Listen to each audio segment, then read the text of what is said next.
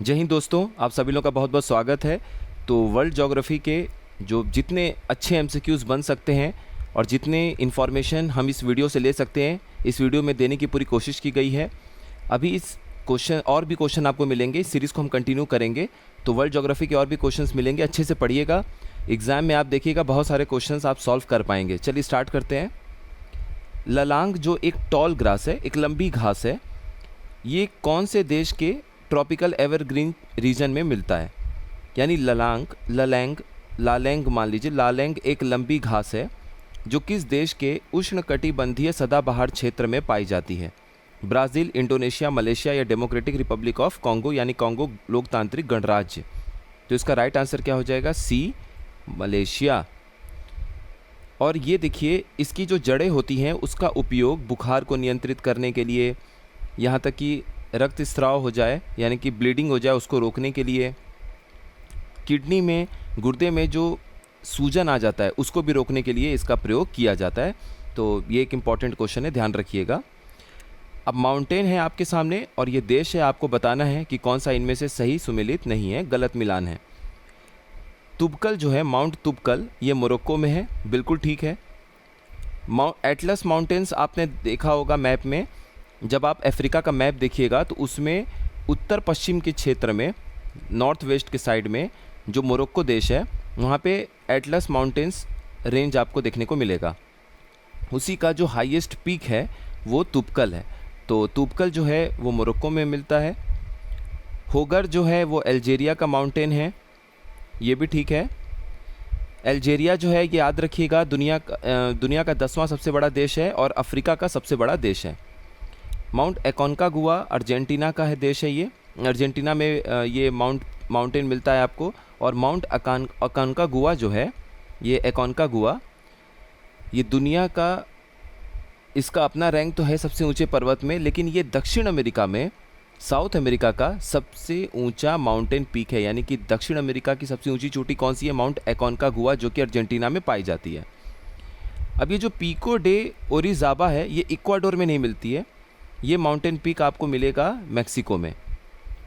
तो ध्यान रखिएगा, इसका ऑप्शन डी हो जाएगा। पिको डी ओरिज़ाबा जो है ये मैक्सिको में है। ये क्वेश्चन आया हुआ है, ये पूछा गया है आरओ में। और तुबकल जो है वो हाईएस्ट माउंटेन पीक है एटलस का। अब देखिए, एटलस माउंटेन जो है वो तो अफ्रीका में है, सबसे ऊंची चोटी उसकी तुबकल हो गई। तो अफ्रीका में अगर हम बात करें बाकी ऊंची चोटी के बारे में, तो सबसे ऊंचा यहाँ तंजानिया में आपको देखने को मिलेगा माउंट किलीमंजारो। किलीमंजारो देखने को मिलता है आपको कहाँ पे? तंजानिया में। और सेकंड नंबर पे यहाँ जो केनिया है उसमें आपको देखने को मिलेगा माउंट केनिया। ये अफ्रीका का दूसरा सबसे ऊंची चोटी है, माउंटेन पीक है। और एक है तीसरे नंबर पे माउंट स्टैनले। जो माउंट स्टैनली है ये युगांडा और डेमोक्रेटिक रिपब्लिक ऑफ कॉन्गो, ये आप देखेंगे युगांडा में आपको जनरली मिलेगा माउंट स्टैनले। अफ्रीका का तीसरा सबसे ऊंचा ये माउंटेन पीक है, ध्यान रखिएगा इसको। अब और देख लेते हैं कुछ माउंटेन और कंट्री के बारे में। चिम्बोराजो इक्वाडोर में है, ठीक है। डार्लिंग रेंज जो है वो दक्षिण पश्चिम ऑस्ट्रेलिया का, यहाँ डार्लिंग रेंज पे क्वेश्चन पूछा गया है, तो दक्षिण पश्चिम जो ऑस्ट्रेलिया है उसके हिस्से में पाया जाता है डार्लिंग रेंज, ये बिल्कुल ठीक है। माउंट किनाबालू इंडोनेशिया में मिलता है, नहीं, माउंट किनाबालू जो माउंटेन पीक है ये मलेशिया में है, ये मलेशिया में मौजूद है, इंडोनेशिया में नहीं, ये ध्यान रखिएगा। और ये मलेशिया की सबसे ऊंची चोटी है, मलेशिया का सबसे ऊंचा माउंटेन पीक है। ये जो माउंट एल्बर्ज है, एल्बर्ज जो है, ये अल्बर्ज, ये ईरान में मिलता है, याद रखिएगा। और एक इससे मिलता जुलता नाम है माउंट एल्ब्रूस। जो माउंट एल्ब्रूस है वो यूरोप का सबसे ऊंचा माउंटेन पीक है। और ये आपको कॉकसेस जो पहाड़ों की श्रृंखला है, माउंटेन्स है रशिया में, वहाँ पर आपको ये मिलता है माउंट एल्ब्रस। और पूरे यूरोप की ये सबसे ऊंची चोटी है, सबसे ऊंचा माउंटेन पीक है। किनाबालू जो कि मलेशिया की सबसे ऊंची चोटी है, हाईएस्ट माउंटेन पीक है मलेशिया का, वो आपको देखने को मिलता है किनाबालू वहाँ पर, इंडोनेशिया में नहीं है। इंडोनेशिया में बस एक बात याद रखिएगा कि माउंट क्राकाटोआ ये एक ज्वालामुखी पर्वत है, वॉल्केनिक पीक है, वो आपको माउंट क्राकाटोआ देखने को मिलता है। अब आप ये देखिएगा मैप में कि कौन सा ऐसा आइलैंड है जहाँ पर आपको माउंट क्राकाटोआ देखने को मिल रहा है।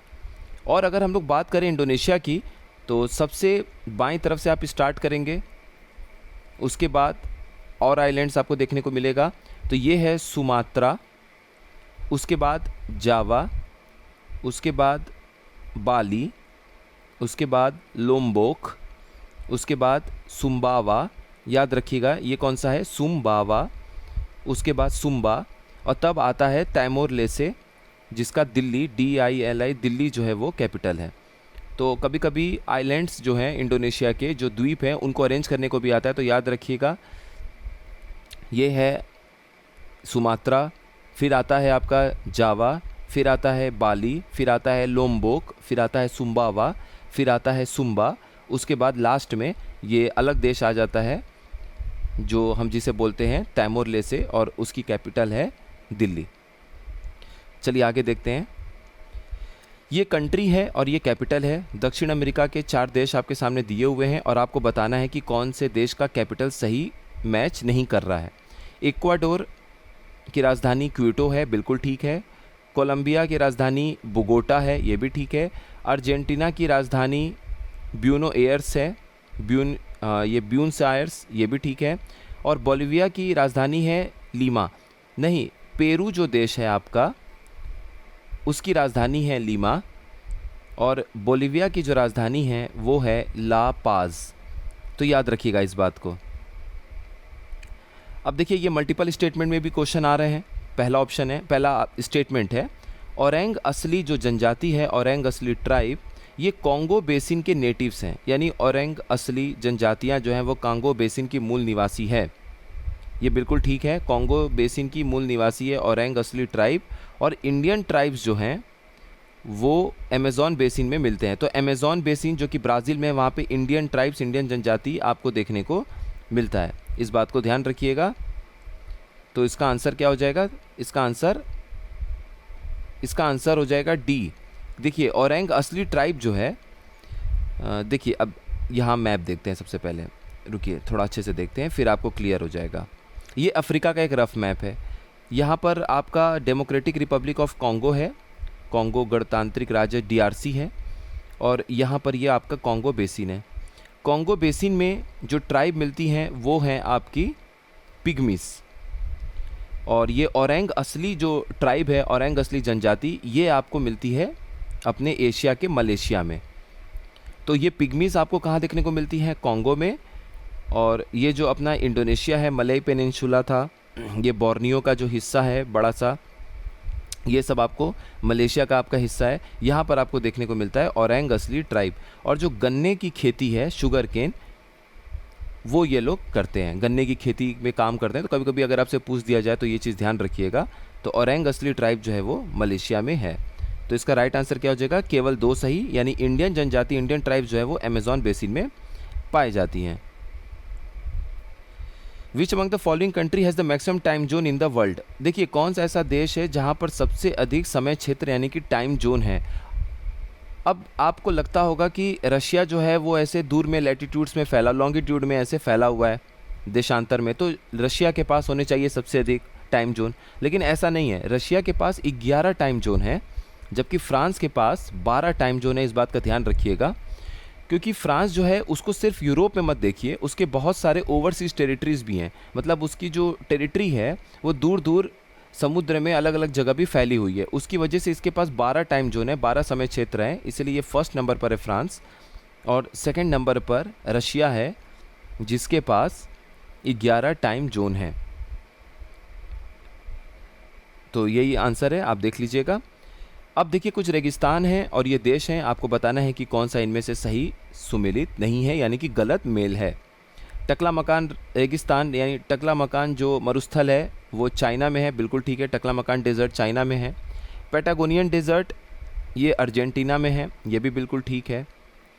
अगर आप ऐसे लगभग साउथ अमेरिका का एक रफ मैप तैयार करेंगे, ये थोड़ा सा और नीचे हो जाएगा ऐसे चौड़ा, तो देखिए ये है आपका चिली।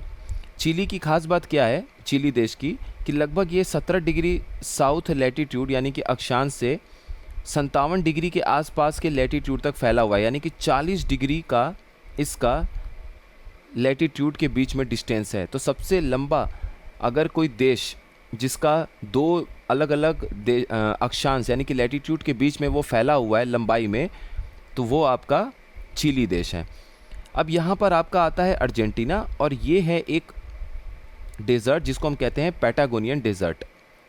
पैटागोनियन डेज़र्ट क्यों बन रहा है? क्योंकि जब आप देखेंगे तो यहाँ पर जो पहाड़ है वो हवा को रोक देता है, यहाँ पे नमी नहीं आती है, बारिश प्रॉपर तरीके से नहीं होता है। दूसरी चीज़ देखिए, ये है लगभग 40-45 डिग्री का एरिया, ये हाई प्रेशर बेल्ट है, तो जाहिर सी बात है कि हवा का डायरेक्शन अब यहाँ से कैसे होगा? आइलैंड की तरफ। तो हवा जो है वो समुद्र की तरफ से पानी उतना नहीं ला पाता है, और यहाँ पे पहाड़ भी है, तो इसको कहीं से भी बारिश नहीं मिलती है। और चिली जो है वहाँ पर एटाकामा रेगिस्तान है, जो दुनिया का सबसे शुष्क यानी कि वर्ल्ड्स ड्राइएस्ट डेजर्ट है। टकलामकान चाइना में है, पैटागोनियन अर्जेंटीना में है, सिम्पसन जो डेजर्ट है, सिम्पसन रेगिस्तान, ये ऑस्ट्रेलिया में है। इसको ध्यान रखिएगा, ये ऑस्ट्रेलिया में है, मैक्सिको में नहीं है। मैक्सिको और यूएस के बॉर्डर पे तो चिहुआहुआ डेजर्ट है। और ये है आपका कालाहरी रेगिस्तान। कालाहरी रेगिस्तान जो है वो बोत्सवाना में है, कुछ हिस्सा इसका नामीबिया और यहाँ पर देखने को मिलता है अगल बगल के क्षेत्र में। साउथ अफ्रीका, नामीबिया में भी थोड़ा थोड़ा पार्ट है, बट इसका जो मुख्य हिस्सा है कालाहरी रेगिस्तान का, वो बोत्सवाना देश में फैला हुआ है। और कालाहरी रेगिस्तान में आपको देखने को मिलता है बुशमैन ट्राइब। जो बुशमैन जनजाति हैं वो आपको कालाहरी में देखने को मिलती है। सिम्पसन डेजर्ट जो है वो ऑस्ट्रेलिया में है। इंटरनेशनल डेट लाइन के बारे में 2 स्टेटमेंट दिया गया, आपको बताना है कि इनमें से कौन सा सही है कौन सा नहीं है। बेरिंग स्ट्रेट यानी कि जो बेरिंग जल डमरू मध्य है या जल संधि है, वहाँ से ये होकर गुजरती है। अंतर्राष्ट्रीय तिथि रेखा यानी कि इंटरनेशनल डेट लाइन। और जो पॉलिटिकल बॉर्डर्स हैं ईस्ट रशिया और अलास्का के एलुशियन द्वीप के पास में, ये थोड़ी सी ऐसे जिगजैग हो जाती है, मतलब सीधी सीधी ऐसे अंतर्राष्ट्रीय तिथि रेखा इंटरनेशनल डेट लाइन नहीं गुजरती है, थोड़ा सा अपने रास्ते से ऐसे भटक के दाएं बाएं ऐसे टेढ़ी मेढ़ी हो जाती है। तो ये दोनों ही स्टेटमेंट बिल्कुल सही है, इस बात का ध्यान रखिएगा। अब मैप से आपको ज़्यादा समझ में आएगा। ये मैप है, देखिए ये रशिया का साइबेरिया क्षेत्र है, ये एलुशियन आइलैंड से यूएस का। अब यहाँ देखिए इंटरनेशनल डेट लाइन थोड़ी सी ऐसे घूम गई, और ये जल डमरू मध्य है किसका? बेरिंग का, बेरिंग स्ट्रेट, बेरिंग जल डमरू मध्य। फिर देखिए किरिबाती और ये इन देशों के पास से भी ऐसे घूम गई है, तो जाहिर सी बात इंटरनेशनल डेट लाइन सीधी सीधी पास नहीं हुई है।